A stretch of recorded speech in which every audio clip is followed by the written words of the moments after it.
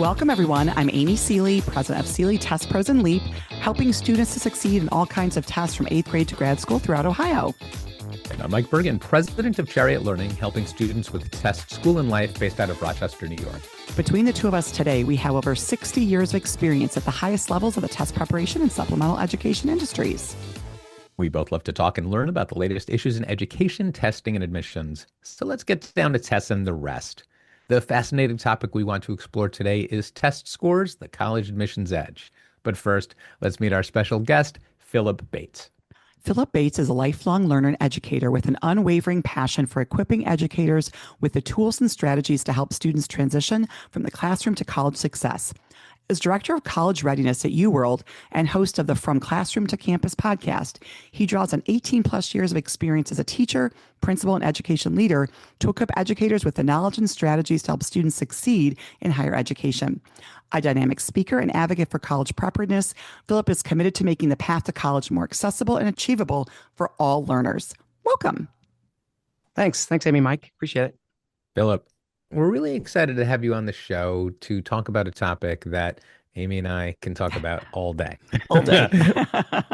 Before we get into that, let's not get ahead of ourselves. First, we'd like to hear about you and your long and rich history in education. Sure, sounds good. So I got into education kind of in a unique way. Most folks, when they jump into college, they kind of do the generic business major. And I was a business major until my sophomore year of college, and I decided to go to work for a YMCA summer camp.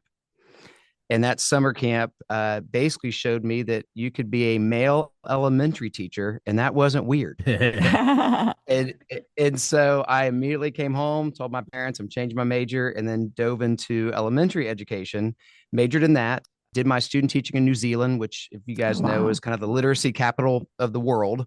So I had that opportunity, and then started my career in education as an elementary teacher, did 4 years of that. And then my principal was like, man, you're spending a lot of time in other classrooms. Maybe you want to consider this administrative thing. So then I jumped into administration. I was an assistant principal for 2 years. And then I was an elementary principal at a couple different campuses. And they said, hey, you've got this elementary thing down. Well, sounds like you might want to be interested in junior high. And I said, well, if you tell me where to stand on the first day of school, I'll be happy to join junior high ranks. So went on to junior high, did that for 3 years. And they said, hey, why don't you just kind of keep on going and do high school? You kept And so I did graduating. high school as well. Yeah, it's like you went through your K-12 again. Yeah, right. I joke with folks that I'm one of the only people to conduct a pre-K graduation and a high school graduation. Yeah, a little different, right? Little different. So did that, and then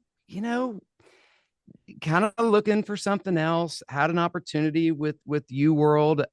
They were going to start a college readiness department, and just kind of got excited to do something a little bit different, and have been doing this now for 10 years. Well, it sounds like you had the choice of either going to run a college, like be an administrator at a college, or help students cross that threshold. So you held yourself back. I'm curious, getting into director of college readiness role at UWorld, did you have any prep experience? So had a lot of test prep experience from a principal and instructional standpoint in your traditional, high school. So, knew a lot of things, but I had no idea what I didn't know until I kind of dove into it. And there's so much you can learn. We're continuous learners when it comes to test prep stuff, and the tests are constantly changing, and, admissions is constantly changing. Mm-hmm. And I think I really like that aspect of it. So that kind of drew me to it as well. And I just am fascinated by helping students get to college in a place where we know where they're going to be successful, and helping them kind of establish not only their education, but really what their career is going to be. Now, if you are someone who likes changing tests and changing admission standards, these have probably been the most blissful years of your life because things change all the time. And I guess that leads us to the question or the topic we're talking about, because when we were all growing up, it was understood that test scores were an important part of the college admissions process. The NACAC survey of counselors back in 2019 was like, there's two important factors, grades and test scores, everything else is secondary. Yeah. Then I don't need to remind anybody All of about us. what changed, everything turned upside down. It seems like we're moving back to the conditions pre-COVID, Mhm. but it still begs the question. We have to ask this every few months. Yeah. How significant are standardized test scores in today's increasingly holistic college admissions landscape?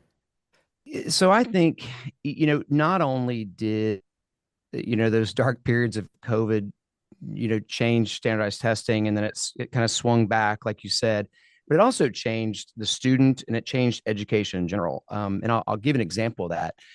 If you look at grade inflation was not a thing pre-COVID. I mean, you had the occasional teacher who might be inflating grades, but it's just pretty standard process across the board now. There was research that we had spoken with experts who were looking into this, where they were tracking grade inflation pre-pandemic. Okay. Seth Gershenson, right? Amy, we Yep. spoke with him, and but right, it didn't blow up until the It pandemic was when we started to look at percolating, that. I think, because when we started the podcast, there was lots of conversations we were having. I like to think that the COVID, like the intersection there, made it really clear, right? Like, whoa, if we're gonna like divest ourselves of test scores and just ride on this grade train, what we're Then seeing is everybody the had to fact look at it like, how we're good are these realizing grades? that these grades are not going to be sufficient to make really good decisions about who to accept and not. And so, which is why we're somewhat seeing this the tide is turning, right? You know, I would agree with all that. and in terms of, I mean, holistic college admissions, right? The idea is to look at all the factors, that there are a lot of factors. But I think what you're suggesting, Philip, is that it's almost like we've now come to this place in this holistic view.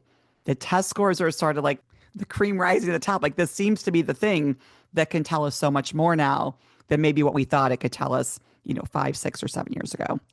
A few things with that. Number one is a great test score is not going to guarantee you that you get into every single university, That's for sure. but a poor test score is going to limit your opportunities. Yes. And I think that's where standardized testing is. And I think when you look at, I love that. I'm curious. And I want to go back and look at that research too about grade inflation. I think, there was pockets of it when I was actually in the public schools.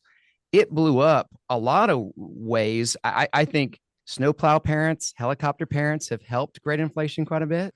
So that was the interesting thing. The trend that was observed even pre-pandemic was that grade inflation accrued at the higher levels of socioeconomic Right. achievement, right? It was Yeah. a privilege. Yeah. Now I think you're also another factor because we're throwing a bunch of interesting factors, and we're all three so passionate about this. I love it. Is the tests have changed. Mhm. So you take the new SAT test, maybe less degree the updated ACT test, but the new SAT test, and you're making it, I think, so much more obtainable to do well. And I think it's easier to prepare for the new SAT. I think it's much easier to take multiple SATs now because of the length of the test. I think there's a lot of things that are also encouraging, this newfound, hey, these tests are super important. I think the tests have never been more tied to actual learning and skills, right? Totally agree. Where you can measure it. And I think that there is this notion, and probably amongst the parents of, let's say, our generation present here, who like to still think that the tests, that they're not testing things, that they're just these random things that nobody can prepare for. And yet they are preppable. And so that's why they represent the skills you need to be successful in college. And you can learn them. That's the whole point of them, is to be able to learn These are them. really finely tuned assessments. And there's no, in the conversations that we have, because we all speak to parents and students and educators and counselors all the time. And one of the talking points that I've been sharing recently is that there's no test administered in school that is meant to signal information to colleges. No classroom teacher writes a quiz or a test or a midterm or a final thinking that that is going to go on the college transcript because they want to tell the college how ready this student is. They've got their own internal objectives and lots of reasons for administering tests and accomplishing goals within like pedagogy, but also meeting the standards of the school and the district and the state. So there are only two tests that are designed with the colleges in mind and the K-12 program state by state in mind to build that bridge to signal college readiness. What about AP tests? I would throw AP tests in there as well. 100% AP tests, but they're not college readiness tests. They're tests of U.S. history. They're tests, U.S. history at a college level, but they're not. I don't think that anybody would say one AP test determines your college readiness. They might say you're ready for college math. They might say you're ready for bio. But I don't know that you could take from one specific subject domain an extrapolation of readiness in reading, writing, and problem solving. More the foundational skills, I think, that like would be math, reading, and writing. That we know those are the three foundations to do well in any class. You have to be able to read, you have to be able to write, and you might have to be able to deal with numbers or quantifiable things. But Phillip, you're totally right that a lot of the schools that are rejecting SAT and ACT or don't want to lean as heavily on them want to lean more on AP exams. And I would say, I agree with you guys, but the writing component of SAT and ACT has really gone out the door. And if you take free response questions, so the second half of AP tests, which are document-based questions and, got to put a good thesis in place. Yeah, free response, all those free response questions. I think those are a great indicator of college readiness. But to y'all's point, I agree too. The basic reading comprehension. Yeah. Do you know how to use a comma? That's enough to knock a lot of students out of the conversation. For sure. Just the basic punctuation. But, that leads to another question about whether the essay portion of the SAT and ACT may be coming back as schools worry about the impact of AI on submitted essays. Good question. I think that AP is also moving to a digital essay writing, and I think that, SAT and ACT, will that component and that technology slide into SAT and ACT? And when we see an increase in number of participants with essay writing and SAT and ACT, that's just something to determine. I think you evaluate reading or writing a lot of different ways. Yeah. I think that's definitely the case. And I think if I was a college, I would want to see writing samples. And not just necessarily in an essay situation where students have weeks and weeks and weeks to prepare a great essay. To be fair, Phillip, if you were a college, you wouldn't want to pay readers. Oh, that's for darn sure. That you got me that. True. That's for sure. Well, so I think we can all agree that we're in agreement here that test scores certainly can provide an edge in college applications. I guess the question, Phillip, is what strategies do you think students can employ to be able to try to maximize those test scores? Sure. It's funny because as somebody who works with a team that writes curriculum to improve your SAT and ACT, I have that perspective. Yeah. And I've got the perspective of working with educators and partnering with school districts.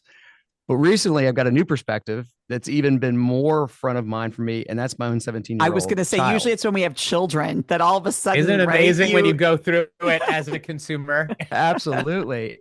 And when, bless his heart, poor kid has me as his dad. And so what does he use to prepare for the SAT? Well, he's got to use UWorld. Yeah. And I love my son, but he, they're scholar athlete. Well, he's the athlete and then the scholar. So it was interesting to put him through a test prep program and watch him. And I kind of used him, he didn't know this, as a guinea pig to really try out some stuff. And what I found was fascinating is you take somebody who's not particularly highly motivated, who's not particularly studious, and you put him on a consistent practice program where he's doing 10 questions a day. And he is not only going through questions that are very, very much matching the exam style with rigor and whatnot, but then you're also having he's reading explanations and learning his mistakes. And then I gave him the whole athlete analogy. I said, listen, as an athlete, you can't work on everything. So you need to work on where your weaknesses are.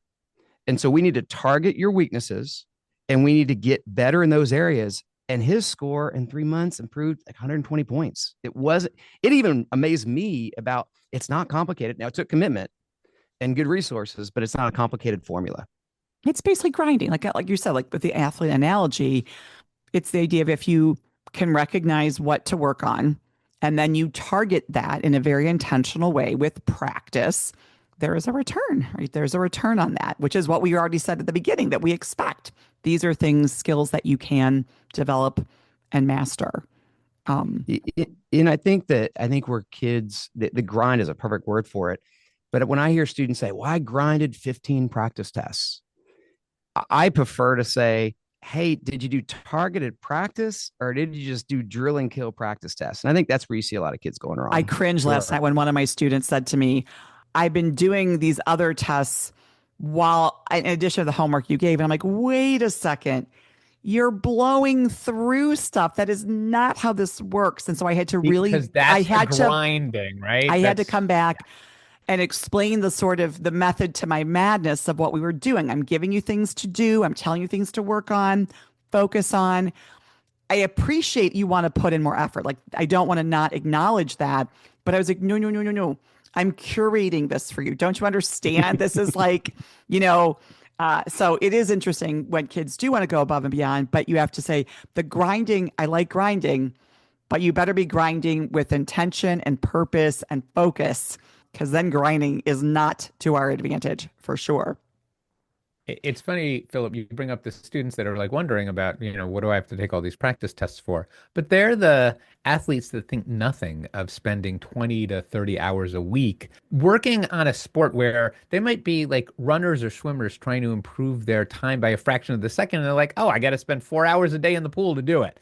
And that makes sense to them. And we're like, well, you don't need to spend 4 hours a day doing this, but deliberate practice is the only path to success. Combine that with coaching, combine that with other elements, but the deliberate practice piece is essential. You guys are spot on. I told him when he started doing his preparation, I told him, because I used to do triathlons and I was not a very good swimmer. And I would like, hey, I better figure out the swim thing or I'm going to drown in the middle of the lake.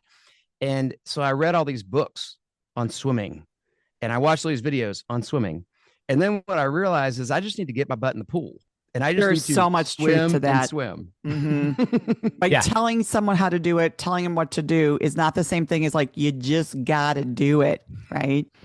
Now, Absolutely. we're obviously focusing here on this idea of test scores and improving test scores and how important it is.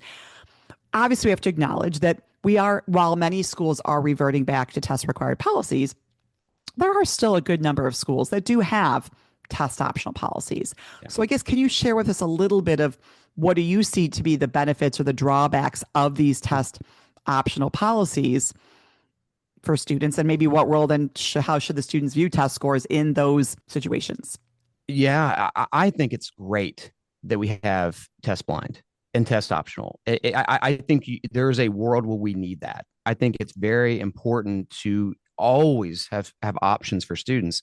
And you've got students with severe test anxiety. Mm-hmm. You've got students who really, really struggle. And ultimately, if you've got a test blind or a test optional, even they can shine in other ways. And so that's the the pro of not doing the standardized test is it gives a student a chance to shine in other ways, in different ways. Education is a marketplace, and there should be schools that suit every level of ability, every strength, every goal. Absolutely. I'd say there's a pro and con to everything. The con is that I like the idea of a student prepping and getting ready for game day. Yes. And showing up on game day and going through the struggles it is preparing, learning all the strategies and having that end goal there, whether it's an AP test or an SAT test, even if they're not successful, that productive struggle is a wonderful thing to learn prior to college. Absolutely. And for some students, they haven't really hit that challenge until they've taken an external exam, not a test that was written in school, but one of these standardized tests that we're talking about. And it provides a larger context for them. And it provides something that tells them a little bit about the next level. Absolutely. Absolutely. And I think there's a slight disservice for students who have not put themselves in that situation. I feel like college might hit them a little harder because they haven't experienced that.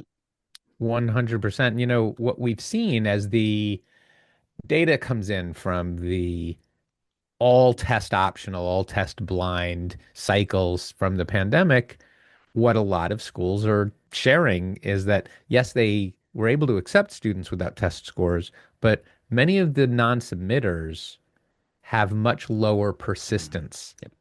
levels. And persistence just means, do you graduate? Do you make it through your 4, 5, 6 years or however long it's going to take you to graduate?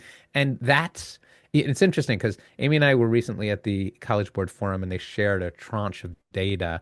And the way it was phrased was interesting. Students are making rational decisions about score submission, right? The students that don't have good enough scores are not submitting and that they're getting into their schools. And the students that have good enough scores are submitting and they're getting into their schools. But it's the students with higher test scores that are graduating on a higher level. Recently, I was looking through some data on college dropout rates. It is it is daunting. It is scary. And with the cost of college, even scarier when it comes to, I want to say it's in the low 40% right now, as far as, completion of college. And that was data that I looked at maybe a couple months ago, but it's increased significantly. And Yeah. I just mentioned to ACT in one of our meetings that they should start to do the research like on tracking. Like we need to see that research of how are test scores tied to dropout rates because Mhm. I don't know about you guys. I mean, obviously as a parent, all of us, I don't want to send my kid to college and start paying money if I'm going to find out they're not going to graduate or they're not going to like persist. I mean, that's the thing, you know? We all as parents care and we all think our children are the exceptions to the data. And if you hear the National Student Clearinghouse report that 1 in 3 students fails to graduate after 6 years, Ugh. they're like, well, that's not my son or daughter. Mhm. But depending on the choices you make, are you going to a private or a public 4 year, a 2 year? Are you going to a for-profit school? Mhm. Like sometimes the odds are not in your favor. Yeah, yeah, yeah. I would love if they really did a deep dive in all of that data, because I think those characteristics. You're right. Some parents and people are going to believe what they want to believe with the data, but from a high school in a college readiness perspective, I want to be able to stand behind and say, hey, there is data showing these things. They don't guarantee everything. Students still got to put in the work. They still got to be disciplined. There's a bunch of other factors in college outside of academics that allow somebody to be successful and not successful in college. That's right. But I still would like to see the data that, like you said, that shows what are the numbers really showing Yeah, now. and you want to sew up the piece you can sew up. So, like an Yes. ACT college readiness benchmark, where if you earn a certain score, you have better odds of passing an intro class. Mhm. That doesn't mean you're guaranteed to pass, and doesn't mean that you're guaranteed to fail if you don't achieve that score. But again, the numbers are not in your favor. And that doesn't speak to economic or emotional reasons when you get to school. But as parents, especially the ones that are making investments, you want to improve your odds. Yeah, yeah, for sure.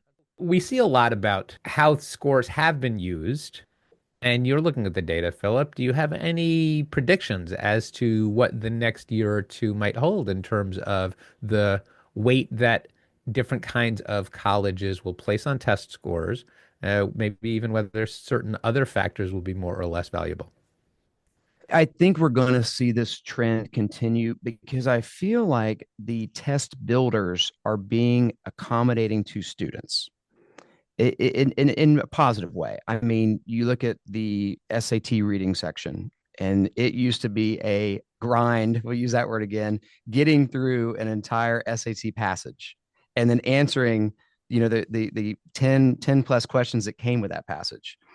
Well, now we've got these small passages, and we've got them set up in a way where students, I think you get students who are happier with that situation. But I'll use another example.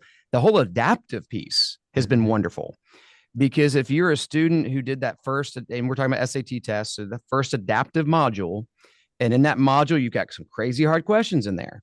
And you've got many students that take that first module and they go, I don't want to see those crazy hard questions ever again. And so then they get module two, and they go, okay, this feels good. This Feels feels good to good. me. Yes. The I'm not score's getting, not as high, but at least you feel better. the score's not as high, but I think you've got a lot of students who have just given up, who the second part of the test, and I've had conversations with students who are on the old SAT, lost more and more confidence, lost more and more confidence. And because we have two separate modules now, they can catch their breath. They're not getting the harder questions anymore. And I think ST has done a very smart thing in the changes they've made. And I think that change will just increase the importance of standardized testing. Yeah, those are great points. I mean, absolutely. Students seem to appreciate the format of the SAT, even as, in my opinion, it's the hardest version of the SAT I've ever seen. Yeah, I agree. But that's fine because most students like it. And the same thing with the ACT. The changes that have been made to the ACT may make the ACT harder in some ways than it was before, Yeah. but it's shorter. There's higher there's higher customer service, or there's higher quality of life. Sure, that's a good, and I think you guys speak to tons of admission folks. I just had a great individual on from SMU, an admissions guy, and man, he changed my view on admission counselors so much. My view from an admission standpoint was they've got this big stamp, and it's either green or red, and they just stamp those applications, green or red. And he's like, I want you to get into my university. I want to help you in any way humanly possible to get in. But universities, as they're evaluating students and they're trying to, accommodate their budgets, they've got to have an apples and oranges way to separate students. And standardized testing, that is their best number one thing for an admissions counselor that has not a test blind policy, is to be able to say, okay, you graduated from Allen High School in Texas, which graduating class is like 3,000 people. You're in the bottom half, but oh my God, that's still impressive. But you went to this high school and this is your class rank and this is this, but this is in a small town and it's a, high school of 60. So I really think it levels the playing field and it makes college admissions more equitable in a lot of ways. You're so right about college admissions staff generally being really concerned about students. They're really compassionate and they want the right students to land in their schools.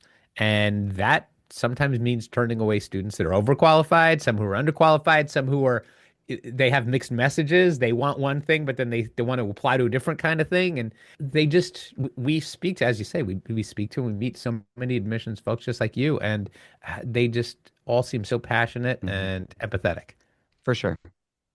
But yeah, it's a tough business too. It's right. It's like one of the things we talk about are the power dynamics in college admissions and how once the acceptances go out, suddenly the shoe's on the other foot, and every college, like you could imagine, a bunch of people sitting by the phone, sweating bullets, nervous that they're going to get not too few or too many calls, but just the right number. Yeah. And there's so much pressure.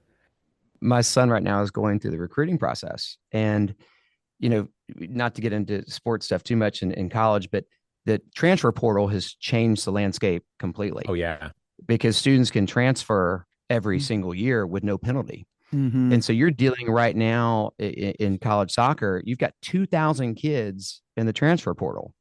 And so universities, college coaches are trying to go, well, maybe I want this student who I know is successful in college. He's done a year, but maybe I want him rather than fill my roster with this freshman who I have no idea how he's going to. The economics are crazy. Yes. Yeah. Lots of pressure. We've spoken a lot about how college admissions relies a lot on test scores. And it seems like scores matter at most institutions. Will probably continue to. I won't get into my expectation that UC is going to be going test, asking for in our lifetimes. But what about students? You alluded to the students with really severe test anxiety, or students just struggle to get test scores that will represent them well.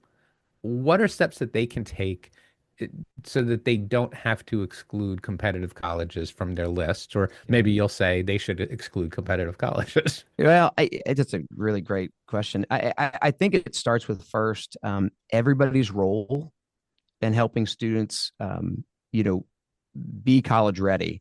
And I think that starts with, I would love to see high school teachers having a little bit more knowledge around standardized testing. Oh, yeah. And here's what I mean by that. I mean, you get a lot of adults currently that will still think an SAT is an IQ test, Right. and it is far from an IQ test. Well, I usually say parents are the worst purveyors of like information Oh. about what's on the tests, or right, they just don't get it. But also, right, in schools, to your point, Philip, Amy and I we are consulting trainers for ACT, and we often are training high school teachers around the country on like what kind of rules are tested on the ACT English test or the math test. And the teachers love it. And they're like, oh, this is what's being tested. So Right. I could start to make sure my students are ready. Exactly. And like, why wouldn't you want that? It helps every 100%. student in the classroom. And like you guys are saying, I'll hear high school teachers say, well, I don't have time to teach ACT or SAT skills. Well, you mean you don't have time to teach reading comprehension? Right, exactly. And geometry? You're not going to teach percents and fractions? Yes. Right. Yeah, exactly. I also, I mean, in basic things, like you'll talk to we have these amazing district partners, and we get to go out, and I think we get to go out and kind of help that, because we'll do an implementation with a school or a district, and we'll say, hey guys, let's do ACT 101. Why would a student want to take the ACT over the SAT? Well, because they like the test better. Okay, well, why do they like the test better? Well, we don't know. Yeah. Well, how about if you're better at math, the SAT is a higher percentage of math than the ACT. Yeah. Right. Oh, what do you mean by that? And then you walk them through it, and then they can then walk students through it. Because many students, here's the order of who they listen to: coach, teacher, parent. That typically is what happens. For sure. Yeah, that's fantastic. Listen, Philip, it's clear that the three of us could have a conversation all day. Unfortunately, we're out of time. Thank you so much for joining us today. Oh, it was a pleasure. You guys are so passionate about this stuff, and I'm a big, geek with all this stuff too. So I love to talk about this stuff. It's great. If listeners would like to get in touch with you, what's the best way for them to do that? Sure. If you're interested in, anything that UWorld provides for both individual students, for school districts, uworld.com is a great place to start. Also, you guys run an amazing podcast. It's a pleasure to be on here. I've got a podcast where we really focus on, not as test prep stuff. We're kind of all over the place. It's called From Classroom to Campus. You guys can certainly check us out there. Listeners can, and then LinkedIn is a great way to connect with folks. And I love to connect with educators, love to hear their story, love to promote education. Awesome. We hope you enjoyed this discussion as much as we did. Be sure to join us for another fascinating topic and guest on the next Test and the Rest. Did you enjoy this episode as much as we did? Find expanded links and more for this and all of our episodes at our show page at testsandtherest.com. While you're there, be sure to explore everything the larger TestBright site has to offer, including real, expert, unbiased answers to the toughest admissions testing questions. Of course, we'd love for you to rate, review, and subscribe to Test and the Rest on your favorite podcast platform. If there's a topic or guest you'd like us to feature, just let us know and spread the word.